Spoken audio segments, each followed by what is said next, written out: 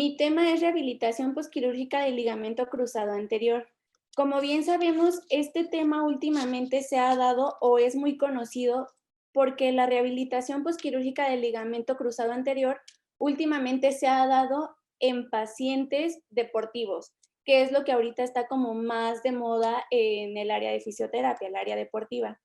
Dentro de la rehabilitación se presentan varios casos y objetivos que nosotros como fisioterapeutas debemos de tomar en cuenta para poder sacar al paciente del estado de posquirúrgico a un estado funcional para las actividades de su vida diaria o ya sea para el gesto deportivo que él requiera.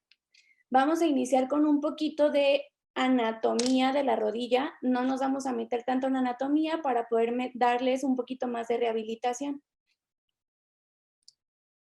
Bueno, como bien sabemos, la articulación de la rodilla es una articulación que está diseñada tanto para la movilidad y estabilidad. Los ligamentos cruzados son los que nos proporcionan fuerza de estabilización en movimientos hacia anterior y posterior y de pivot, que son medial o lateral, que también son conocidos como varo y valgo. Y aquí podemos observar las imágenes de los ligamentos cruzados.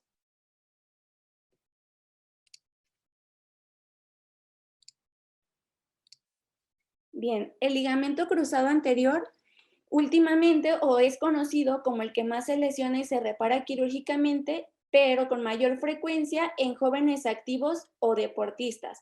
Últimamente hemos visto que los que tienen un poquito más de incidencia son deportistas de fútbol, baloncesto o de algún otro gesto deportivo, pero la mayoría son jóvenes activos o que practican algún deporte en particular.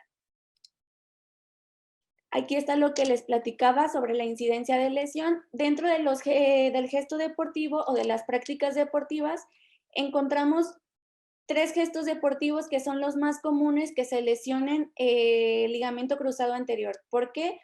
Por el tipo de demanda que necesita el deporte. Por ejemplo, aquí vemos que la incidencia de lesión que es más incidencia es el fútbol, ¿ok? El fútbol por las demandas que requiere, los cambios de dirección, arranque y frenado, saltos, bueno, en baloncesto se da más con saltos, cambios de dirección, frenado después de un salto. Entonces, estos son los deportes que tienen más incidencia en una lesión del ligamento cruzado anterior. No quiere decir que son específicas de estos deportes, sino que son los deportes que últimamente o basado en la evidencia son los que más registran lesiones del ligamento cruzado anterior. No quiere decir que sea exclusivo de fútbol, que un futbolista solamente se lesiona el ligamento cruzado anterior o solamente una persona que juega voleibol se lo puede lesionar. Bien, aquí conocemos un mecanismo de lesión. El mecanismo de lesión es una interrupción traumática de los ligamentos. Esto nos da como resultado unos movimientos excesivos de la articulación hacia anterior, hacia posterior o hacia vario y valgo. Esto nos llega a afectar las capacidades funcionales. Dentro del mecanismo de lesión, refiere que siente una inestabilidad de rodilla. ¿Cómo puede ser ese mecanismo de lesión? Puede ser por un traumatismo indirecto, como podemos observarlo en esta parte, ¿sale? Este pequeño GIF del deportista de fútbol es un traumatismo indirecto, ¿sale? Hace una rotación de la rodilla hacia vario o valgo y lo hace de forma estática, ¿sale? Al hacer el movimiento de forma estática es el mecanismo de lesión que más comúnmente se conoce para la ruptura del ligamento cruzado anterior. También puede ser después de un salto, como lo vemos en el gesto deportivo de baloncesto, hace el frenado después del salto y hace una torsión o un giro de la rodilla, ¿sale? Esto lo hace con el pie fijo en el suelo, ¿ok?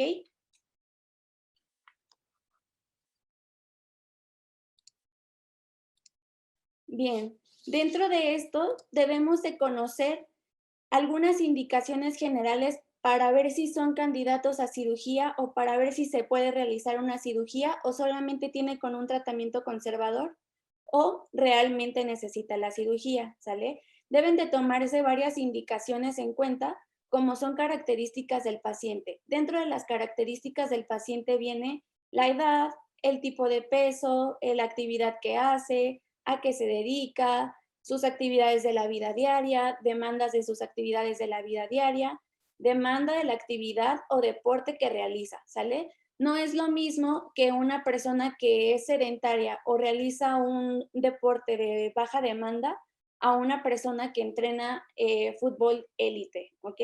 No es lo mismo a una persona que entrena voleibol solamente por hobby a una persona que entrena voleibol como un gesto deportivo o de competición. Lesiones asociadas. Dentro de las lesiones asociadas debemos de tomar en cuenta si no hay lesiones meniscales o lesiones ligamentarias de los ligamentos colaterales. En este caso, suele darse una lesión del ligamento colateral medial.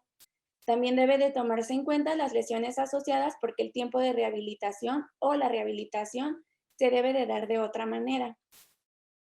La inestabilidad incapacitante. Los pacientes refieren una inestabilidad de la rodilla que esta inestabilidad comienza a incapacitar sus actividades de la vida diaria, ya no solamente del gesto deportivo, sino también de su vida diaria.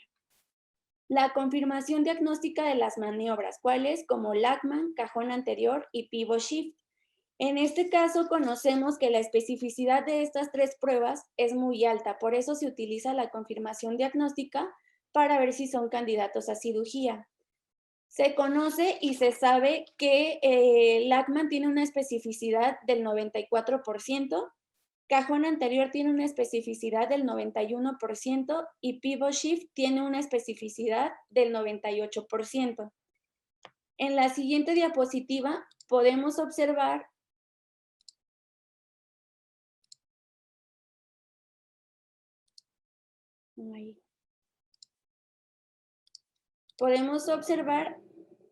Lachman,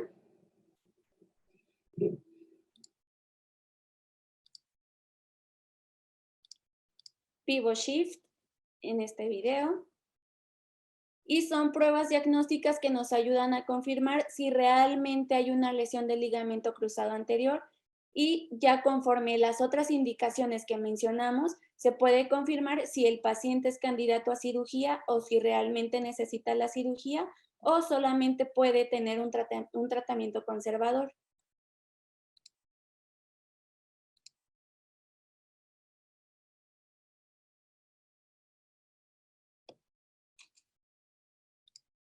Bien. El objetivo de nosotros como fisioterapeutas es devolver al paciente a un estado funcional óptimo, logrando un equilibrio entre favorecer la adaptación de los nuevos tejidos, mejorar la estabilidad, masa muscular, fuerza muscular y promover sus actividades funcionales. No solamente se tiene que ver al paciente como una persona, sino tomar en cuenta todo lo que conlleva a esa persona, ¿sale? Entonces, nuestro objetivo es devolver al paciente a su estado funcional y hacia donde él va, ¿sale? Siempre debe de tomarse en cuenta qué objetivos tiene el paciente, a qué es a lo que quiere regresar, qué es lo que quiere realizar después de su cirugía. Esa es una decisión que debe de tomarse entre el paciente y el médico cirujano, ¿sale? Los dos deben de tomar en cuenta cuáles son los objetivos que buscan después de la cirugía. Bien, después de la cirugía debe de realizarse una evaluación posquirúrgica. ¿Para qué una evaluación posquirúrgica? Para conocer cuál es el estado de mi paciente después de la cirugía, ¿sale? Tenemos que tomar en cuenta la edad del paciente, ¿sale? No va a ser la misma rehabilitación en un paciente deportista joven o en un paciente sedentario que tuvo que tener una cirugía por algún traumatismo fuerte que le impide sus actividades de la vida diaria y por eso requiere la cirugía, ¿sale? Actividad física o deporte que realiza nuestro paciente. Debe de tomarse en cuenta qué tipo de actividad realiza. Por ejemplo, si es un futbolista, de qué juega, cuál es su objetivo, cómo quiere regresar o qué es lo que quiere realizar, ¿sale? El tipo de injerto. Conocemos los tipos de injerto que se usan últimamente son el injerto de pata de ganso, ¿sale? También se utiliza el hueso tendón hueso, que es mejor conocido como el tendón rotuliano, ¿sale? Debe de tomarse en cuenta este tipo de injerto porque varias veces se hace autoinjerto o es injerto de cadáver y esto nos interesa porque nos va a pautar los tiempos biológicos para la adaptación del tejido. Si hubo lesiones asociadas, no es lo mismo si solamente tengo una cirugía del ligamento cruzado anterior puro o si dentro de mi cirugía hubo una lesión meniscal. No es lo mismo, no son los mismos tiempos, por esto debe de tomarse en cuenta si hubo lesiones asociadas para ver cuál va a ser mi tiempo de rehabilitación, ¿sale?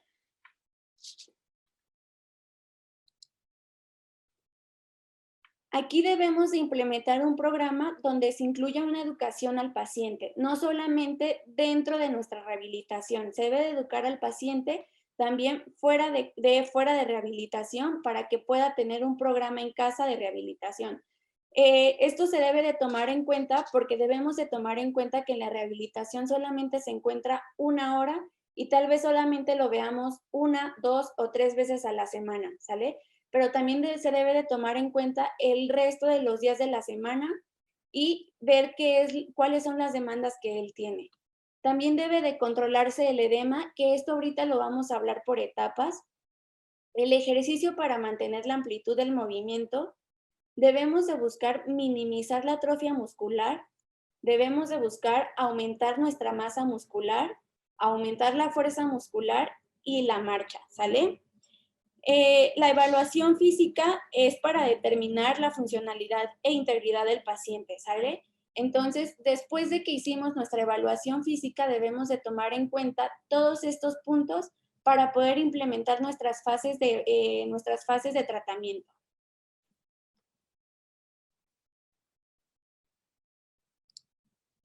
Bien, las fases de protección. Aquí sí debemos de tomar en cuenta que las fases de protección simplemente se basan en los tiempos biológicos. Las fases de protección no nos van a decir si el paciente ya se encuentra bien dentro de los objetivos, ¿sale? Esto solamente es en tiempos biológicos, pero también se debe de buscar los objetivos funcionales. Se debe de tomar en cuenta que para estas fases de protección se toman en cuenta factores biopsicosociales, ¿ok? Los factores biopsicosociales son muy importantes dentro de las fases de protección. ¿Qué factores biopsicosociales? El apoyo de familia, el dolor del paciente, la percepción del dolor del paciente. Todos estos son factores que nos influyen dentro de las fases de protección. ¿Por qué? Porque puede que mi paciente ya se encuentre en una fase de protección moderada, pero por los factores biopsicosociales que él tiene, él puede encontrarse todavía en una fase de protección mínima. ¿Sí se entiende esto? ¿Sí? Bien. Estos son factores que debemos de tomar en cuenta porque son factores que nos influyen dentro de.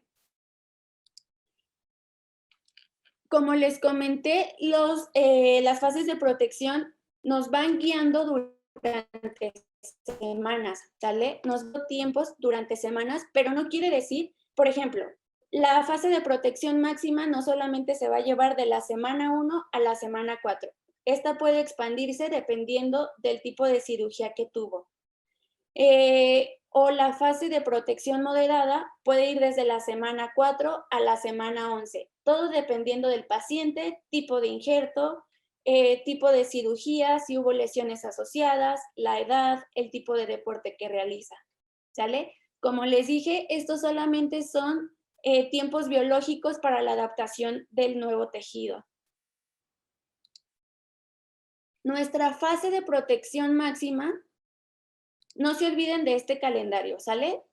Las siguientes fases están pautadas por los tiempos biológicos, pero como les expliqué, pueden expandirse o pueden acortarse, ¿sale?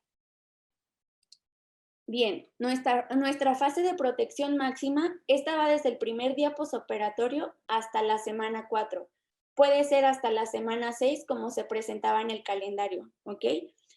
En esta fase de protección debemos de tomar en cuenta el control de edema. ¿Cómo se controla el edema? Mediante un vendaje compresivo multicapa, donde busquemos una compresión de 30 a 40 milímetros de mercurio en reposo, ¿sale? ¿Cómo se busca esto? Mediante el vendaje compresivo multicapa, que ahorita más adelante van a observar algunas imágenes de cómo se lleva a cabo este vendaje, ¿sale? Se debe de buscar un control neuromuscular, como con el movimiento voluntario, ¿sale? Este puede ser un movimiento voluntario de articulaciones aledañas que pueden ser individuales, en conjunto o global. ¿A qué me refiero con esto? Puede hacerse movimiento solamente de cadera aislado, movimiento de tobillo, pero también puede hacerse movimiento de tobillo y cadera, ¿sale? O también incluyendo rodilla, pero sin afectar tanto a la cirugía, ¿sale? El soporte de peso. Estas van cargas parciales y nos vamos basando en semanas, ¿ok? Por ejemplo, de la semana 0 a la 1, van a hacer una descarga de peso de un 0 al 10% del peso corporal de mi paciente, ¿sale? Debe de evitarse un deterioro físico. Esto es muy importante y se debe de tomar mucho en cuenta, más si mi paciente es un deportista, ¿sale? No debo de permitir que mi paciente deportista decaiga después de su cirugía. ¿Cómo voy a evitar esto? Trabajando estructuras aledañas o trabajo aislado, combinado o global. Esto puede ser un trabajo de la pierna contraria, pierna contralateral o de miembro superior, ¿sale? Pero siempre evitando que mi paciente tenga un deterioro físico o vaya en caída. Este es el vendaje multicapa que les comentaba. Este se hace para un control de edema o para evitar el edema después de la cirugía, ¿sale? Evitando este tipo de edema, mi rango de movimiento va a ser un poco mejor y me va a permitir que la movilidad y los rangos de movimiento vayan un poco mejor. Como todos sabemos, cuando se presenta edema, el rango de movimiento se encuentra un poco limitado por el volumen del miembro, ¿sale? Este es el vendaje multicapa. Estas son las vendas de compresión. Son vendas que nos ayudan a tener una compresión de 30 a 40 milímetros de mercurio en reposo, ¿sale? Este debe ir desde pie hasta mitad del muslo, ¿sale? ¿Por qué? Porque mi cirugía fue en rodilla, entonces debo de abarcar todo para que me ayude a evitar el edema y que no se presente, ¿sale? En la foto del final,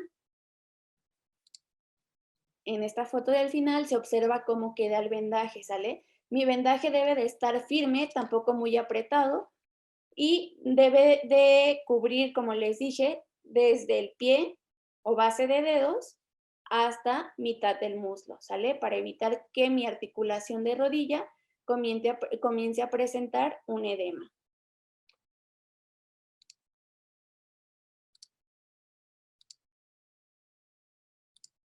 Aquí tenemos una paciente con una semana posoperatoria de ligamento cruzado anterior, ¿sale?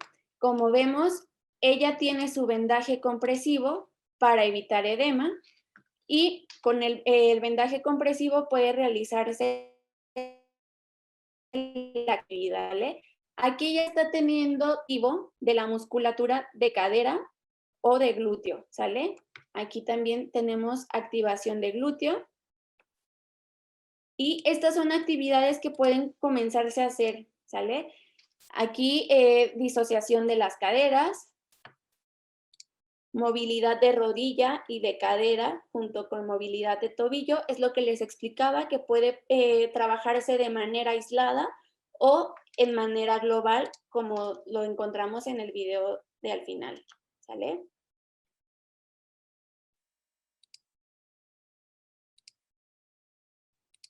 Aquí tenemos el video de la descarga de peso. En su caso, como estaba en la primera semana posoperatoria, ella estaba descargando un peso del 10% de su peso corporal, ¿sale? También se inicia la marcha con ayuda de órtesis, ¿sale?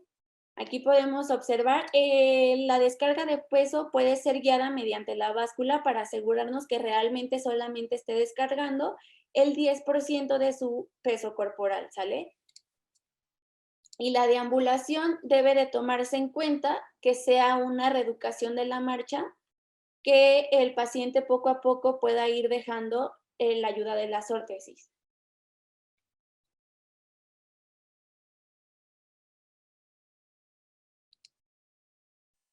Bien, aquí está lo que les comentaba. Si mi paciente es un paciente deportista, debo de evitar el deterioro físico. ¿Cómo?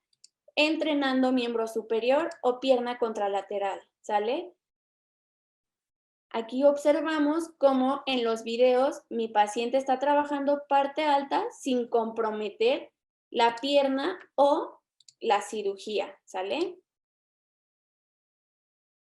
Y esto lo debemos de tomar en cuenta para que, como les expliqué, mi paciente no tenga un deterioro físico y pueda seguir con su aumento de capacidad aeróbica, ¿sale?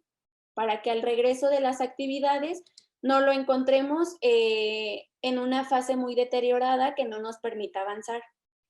¿Cómo sé que puedo avanzar a mi siguiente fase? ¿Cómo sé que ya puedo pasar de una fase de protección máxima a una fase de protección mínima?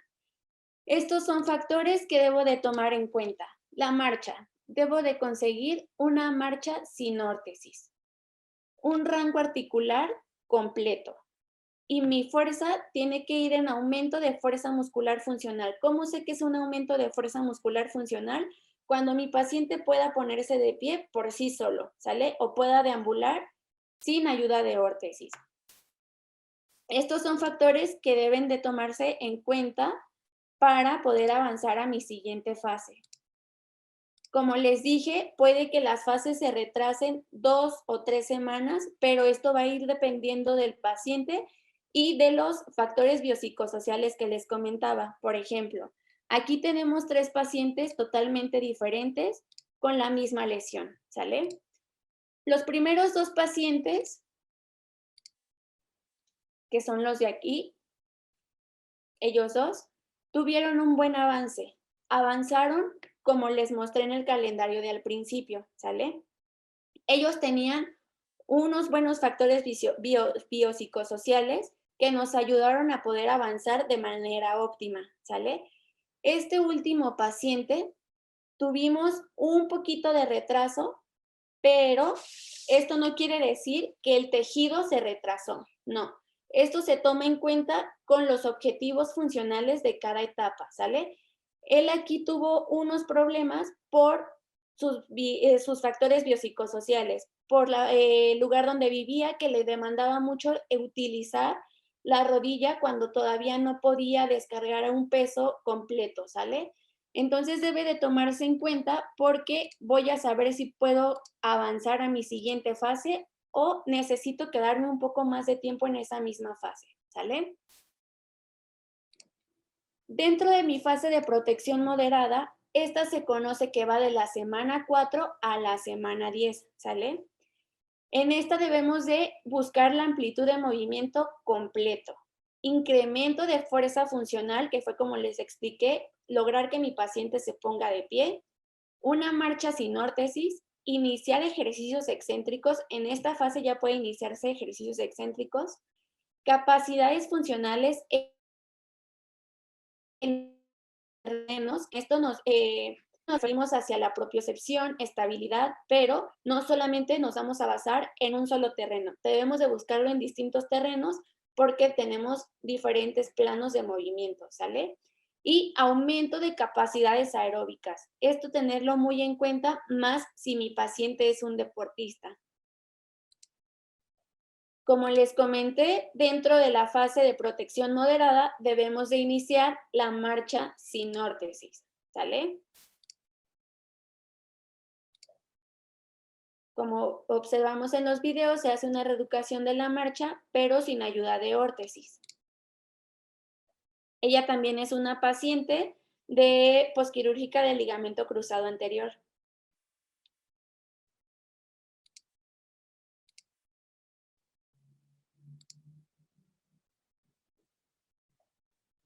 Podemos comenzar con ejercicios excéntricos, con ejercicios de control de capacidades funcionales en distintos terrenos, como podemos observarlo en el primer video, ¿sale?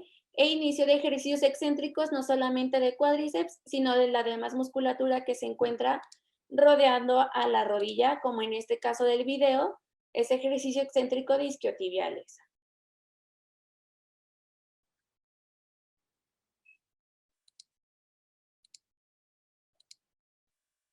Bien.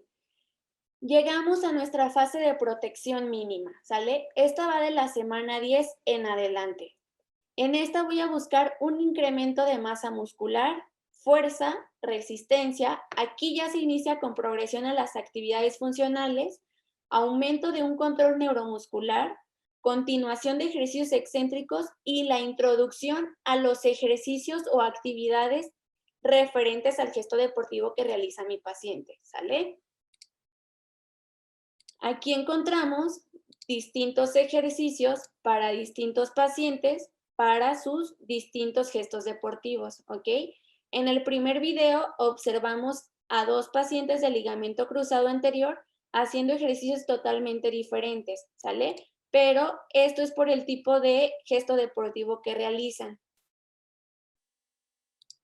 En el segundo video encontramos ejercicios para aumento de capacidad y resistencia y crear un poco más de masa muscular, ¿sale? El aumento de fuerza o de resistencia o masa muscular, como les dije, debe de trabajarse desde un principio, pero al principio podemos iniciar en una fase de protección máxima con ejercicios isométricos. En fase de protección moderada podemos iniciar ejercicios excéntricos y aquí ya le metemos un poco más de fuerza, ¿sale? Estos los podemos basar en un trabajo a un RP según cómo se encuentre mi paciente. Puede ser a un 60%, a un 70%, a un 80%, 90%, o inclusive si ya se encuentra en una fase de protección mínima, a un 100%. Esto lo vamos a ir basando conforme también nosotros vayamos observando a nuestro paciente en qué fase se encuentra, ¿sale? Este nos va a ayudar para crear una resistencia muscular, un aumento de masa muscular y un aumento de fuerza muscular, ¿sale? Un RP nos basamos en las repeticiones de mi paciente, en una escala del cansancio.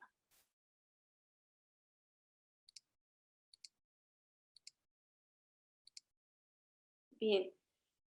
Aquí, ¿cómo sé que ya puedo regresar a mi paciente? Después de nuestras fases de protección, que fueron fase de protección mínima, fase de protección moderada y fase de protección máxima, tenemos un return to play, ¿sale? Si mi paciente es deportista, debo de regresarlo al gesto deportivo.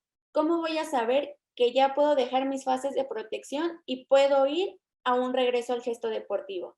Tomando en cuenta estas variables. Dolor. Ya no debe de haber un dolor en la escala de EVA. Mi paciente me debe de referir, ya no siento dolor, mi dolor es 0, ¿sale? La masa muscular es importante que sea mayor o igual al 85% de la pierna contralateral, ¿sale? Este se toma referencia de la pierna contralateral contra la pierna donde fue la cirugía. El arco de movimiento debe estar completo, completa flexión, completa extensión, ¿sale? El edema, no debe de existir un edema. La evaluación de test,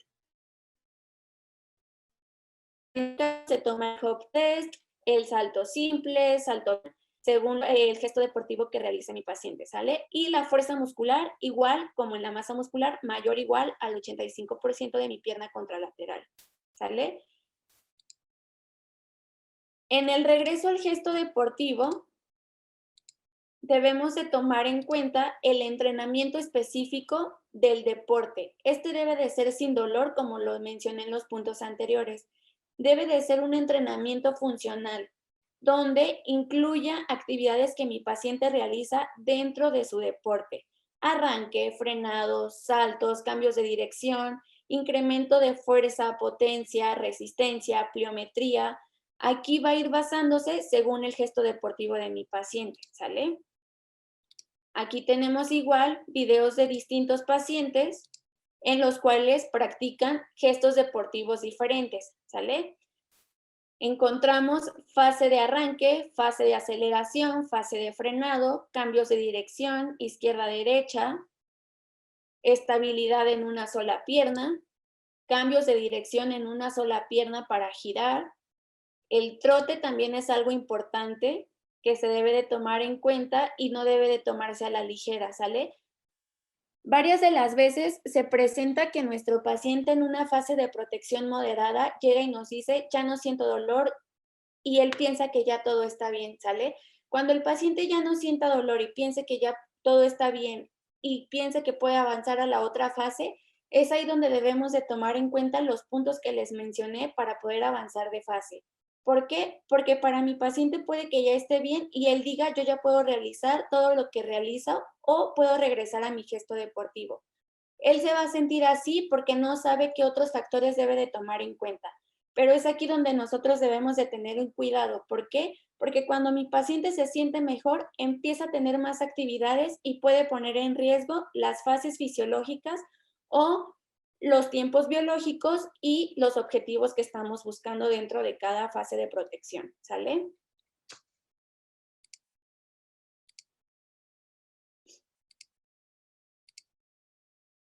Bien, aquí observamos otro tipo de ejercicios: arranque, frenado, aceleración, desaceleración, estabilidad en una sola pierna, cambios de dirección, pero todo esto ya se empieza a tomar en cuenta según el gesto deportivo que haga mi paciente, ¿sale? En este caso, este paciente, la práctica deportiva que realiza es fútbol. En este caso, el paciente que encontramos aquí hace un tipo de deporte similar a judo, ¿sale? Entonces, por eso en él se necesita hacer este tipo de movimientos para que pueda regresar a su gesto deportivo, ¿sale? Por eso siempre debe de tomarse en cuenta qué objetivos quiere mi paciente, a qué quiere regresar y qué es lo que busca después de la cirugía.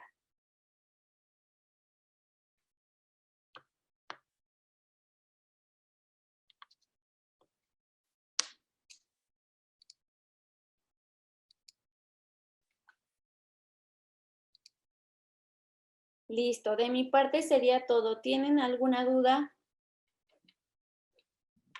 Bueno, licenciada Jocelyn, muchas gracias por su presentación, por el tema a exponer. Bastante claro y bastante, yo en lo personal estaba pensando que es algo que nosotros como fisioterapeutas nos, ah, cómo lo podríamos poner?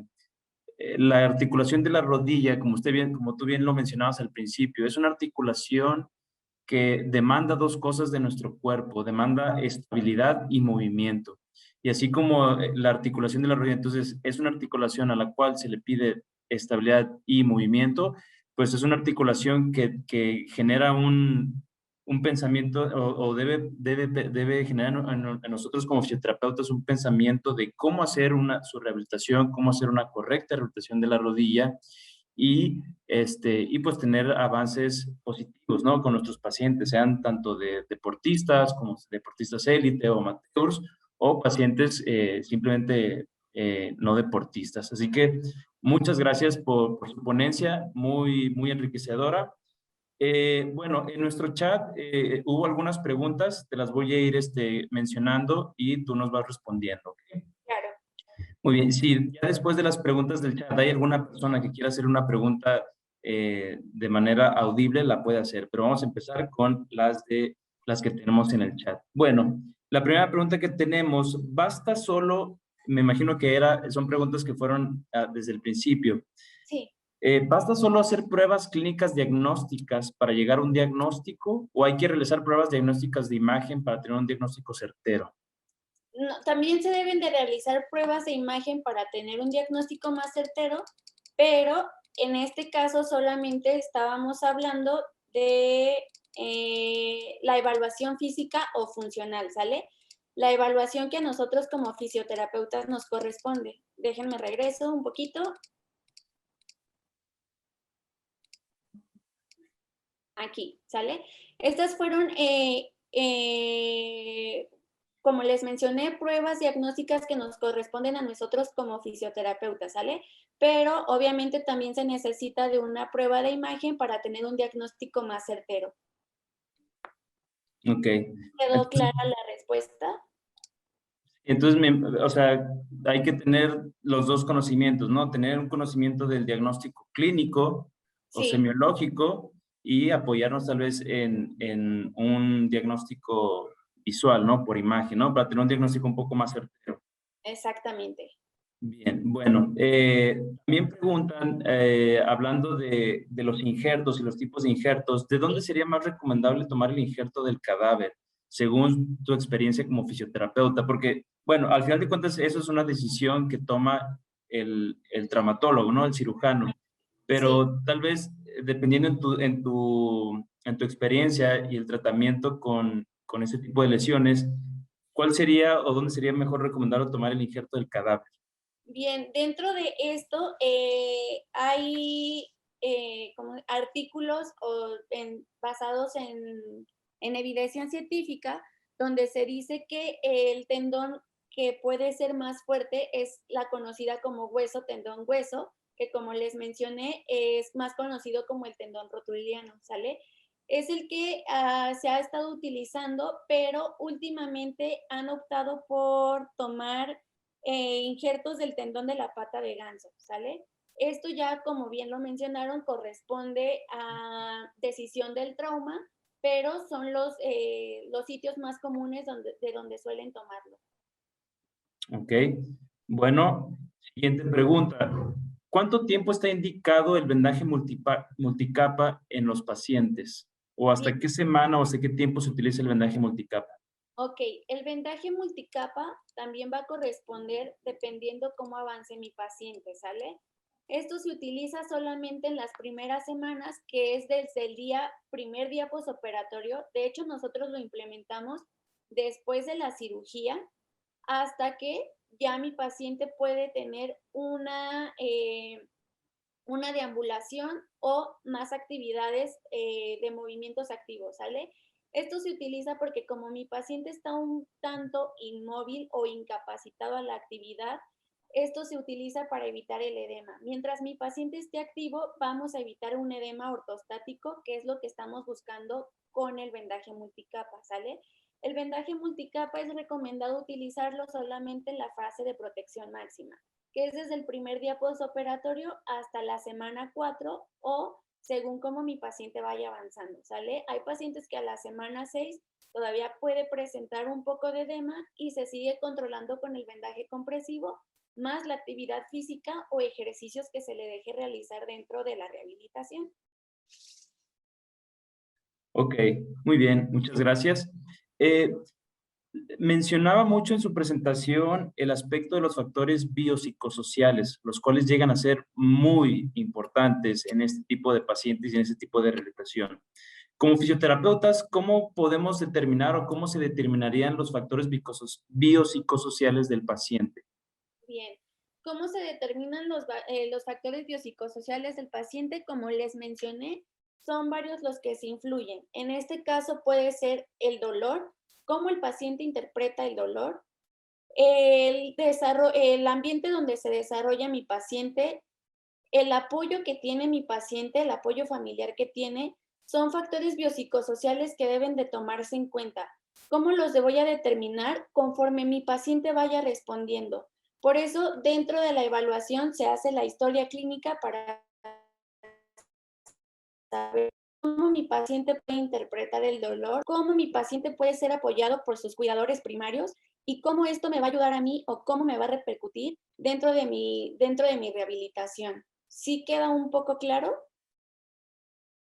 O sea, digamos que uno como fisioterapeuta dentro de la historia clínica, el interrogatorio que realizas, ahí es donde uno va determinando si el paciente cuenta con los factores biopsicosociales positivamente, por así decirlo, o es ahí donde uno va adquiriendo ese conocimiento para saber si lo tiene o no lo tiene, o en qué sentido, cómo lo maneja.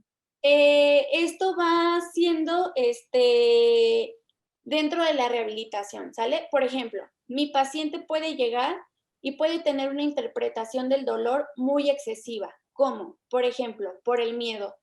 Yo no puedo flexionar mi rodilla o no me quiero poner de pie o no quiero caminar sin ayuda de órtesis porque a mi primo le pasó que lo operaron igual del ligamento cruzado e intentó pararse y se volvió a lesionar el ligamento, ¿sale? Esos son factores de cómo mi paciente interpreta el dolor. Eso es un factor biopsicosocial que a mí me ayuda, ¿sale? ¿Por qué? Porque yo ya sé que mi paciente tiene una experiencia previa con una lesión del ligamento cruzado que se asocia con dolor, ¿sale? Entonces aquí mi paciente puede ir adquiriendo temores a ponerse de pie, a caminar sin ayuda de órtesis, porque él ya tuvo una experiencia previa que le platicaron, ¿sale? Por ejemplo, lo que les comentaba del paciente del video, su factor biopsicosocial que nos afectó un poquito fue el ambiente donde se desarrolla, ¿sale? No fue un ambiente que fuera positivo para él. ¿Por qué? Por las demandas que requería. Requería subir y bajar escaleras para poder entrar a casa, lo cual hacía que su rodilla no fuera estable durante las primeras semanas o requería de demasiado esfuerzo durante las primeras semanas, que es en donde debemos de ir en aumento, ¿sale? De menos a más. Entonces, lo que él pasó por el ambiente donde se desarrolla fue que fue de más a menos. Y eso fue un factor que nos hizo regresar un poquito en los objetivos que él buscaba. ¿Sí quedó un poquito más claro? Claro.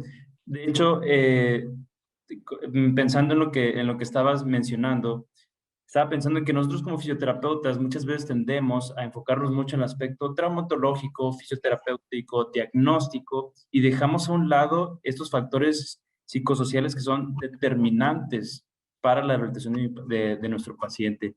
Aquí en nuestro foro, pues tenemos alumnos, tenemos personas que están estudiando, y yo los invitaría, así como pensando ahorita, reflexionando, a no dejar a un lado el aspecto psicosocial del paciente, porque definitivamente juega un papel muy importante en nuestro paciente y es algo que por lo general nosotros como fisioterapeutas no tomamos en cuenta.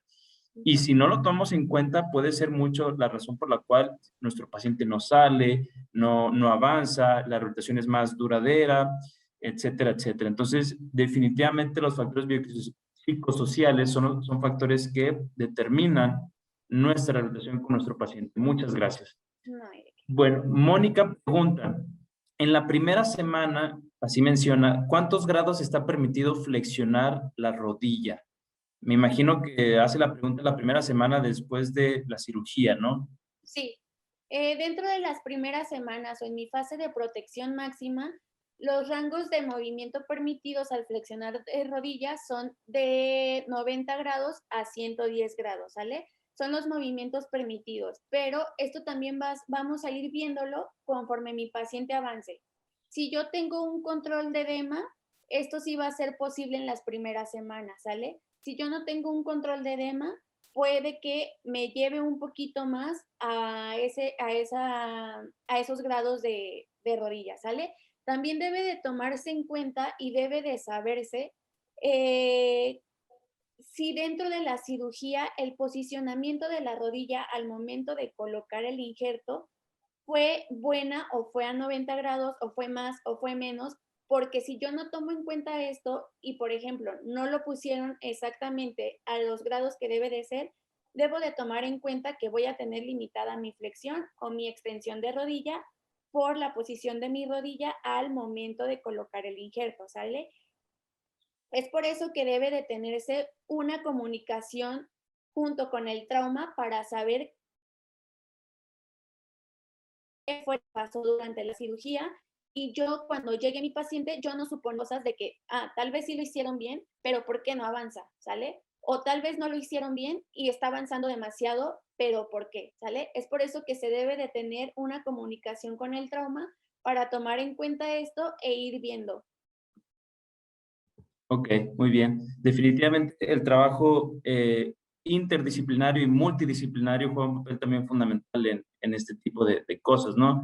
Como bien tú dices, ¿no? La comunicación con el traumatólogo, con el cirujano, es fundamental para también conocer, ¿no? El abordaje que se tuvo y cómo uno como fisioterapeuta debe abordar al paciente y el tratamiento. Bueno, tenemos dos preguntas más que yo creo que van más o menos de la mano. Eh, Hablando sobre la propiocepción, José Antonio menciona que la propiocepción en este tipo de lesiones es sumamente importante, pero ¿en qué momento es más recomendable empezar a trabajar el aspecto propioceptivo?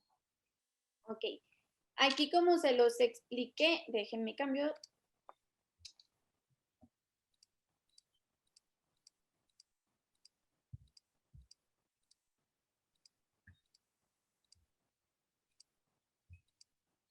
Aquí, capacidades funcionales en distintos terrenos, ¿sale? Yo no lo hablé solamente como propiocepción porque no me quería referir solamente a un punto, ¿sale? O a un caso en específico, ¿sale? Pero al mencionar capacidades funcionales en distintos terrenos, nos referimos a la propiocepción, ¿sale? Esto se puede comenzar a realizar dentro de la fase de protección moderada, ya que yo tenga un rango de movimiento completo, ya que pueda tener, como se los puse en esta, ya que tenga un aumento de fuerza muscular funcional que me permita estar de pie, que me permita ponerme desde una silla a pie o mi marcha sin órtesis, ¿sale?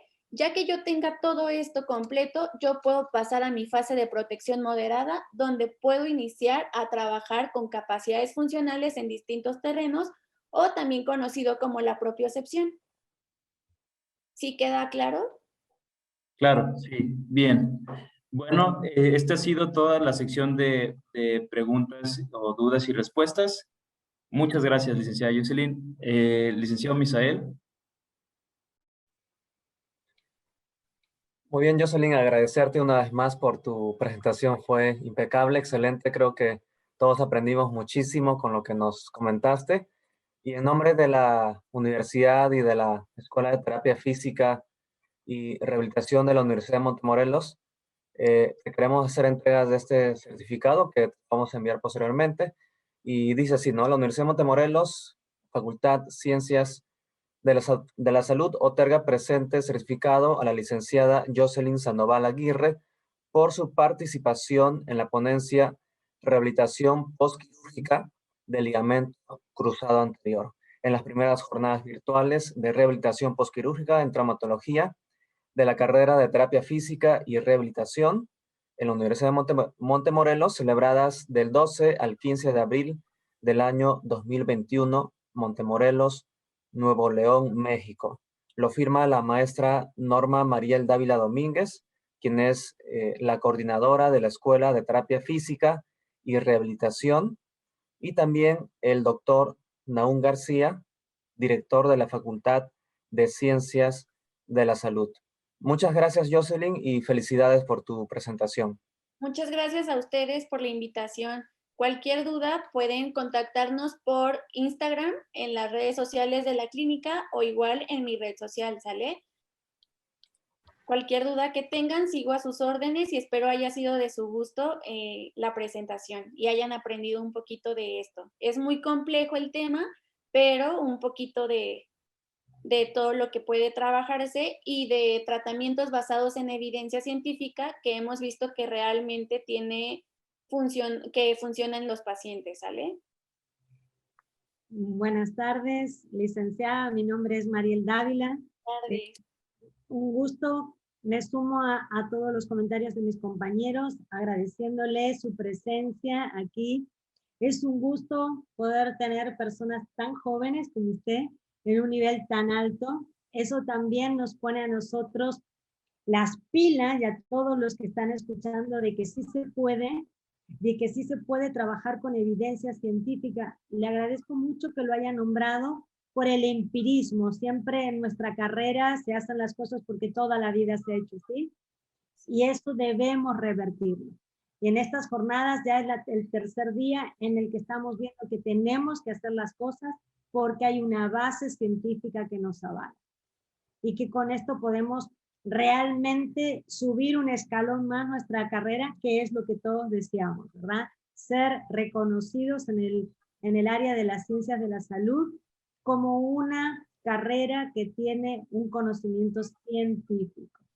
Sí, así que muchísimas gracias, la felicito de corazón por su presentación. Creo que todos nos hemos quedado con ganas de más En mi país se dice esto me supo a poco, o sea, cuando sabe, pero me falta. Así que creo que tendremos nuevas invitaciones para poder aprender. Y tenemos una gran ventaja que la tenemos aquí en México. Sí.